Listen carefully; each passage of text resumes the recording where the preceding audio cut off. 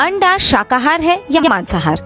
ये सवाल तो तरह तरह से हर जगह उठता ही रहता है और इस पर ज्यादातर भारतीय कंफ्यूज होते हैं कि आखिर अंडा शाकाहार है या मांसाहार।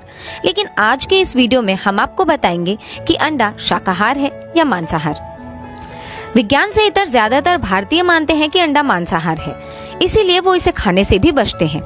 विज्ञान के नजरिए से समझे तो अंडा दो तरह का होता है, एक फर्टिलाइज्ड एग और दूसरा अनफर्टिलाइज्ड एग। यहीं से दोनों में फर्क पैदा होता है। अंडा एक फूड के अलावा बहस का विषय भी रहा है।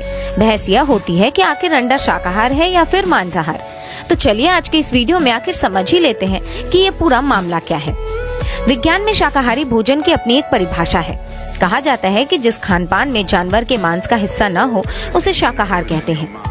इस नजरिए से देखें तो अंडा शाकाहार हुआ। ऐसे लोग अपने खानपान में शामिल करते हैं, उन्हें ओवो वेजिटेरियन कहा जाता है।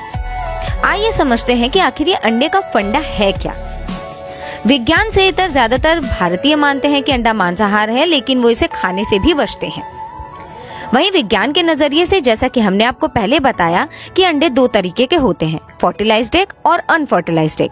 ज्यादातर लोग समझते हैं कि वो जो अंडा खरीद कर लाते हैं उसी से ही चूजा निकलता है, लेकिन जिस अंडे का इस्तेमाल खाने के लिए किया जाता है, जिस अंडे से चूजा निकलता है, उन दोनों में फर्क होता है।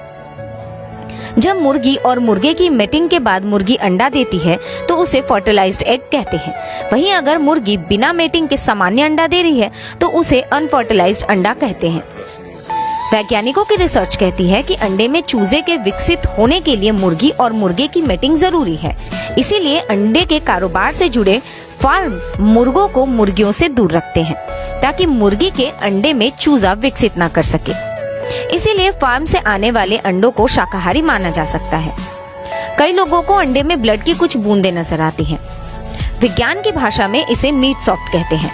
इसका यह मतलब कतई नहीं है कि वो अंडा फर्टिलाइज्ड है। विज्ञान कहता है कि मुर्गी के शरीर में अंडे का निर्माण होते समय रक्त कणिकाएं डैमेज हो सकती हैं और इसका असर अंडे में ब्लड की कुछ बूंदों के रूप में दिखता है। अंडा भले ही मुर्गी के जरिए आप तक पहुंचता हो, इसका मतलब ये बिल्कुल भी नहीं है कि उसे मारकर अंडा आप तक पहुंचाया गया है। इसलिए विज्ञान के नजरिए से देखें तो जानवरों से मिलने वाली हर चीज नॉन वेजिटेरियन नहीं होती। इसका एक और बेहतर उदाहरण है दूध। तो आप लोगों को अब समझ आ ही गया होगा कि आखिर शाकाहार और मांसाहार अंडा क्या होता है।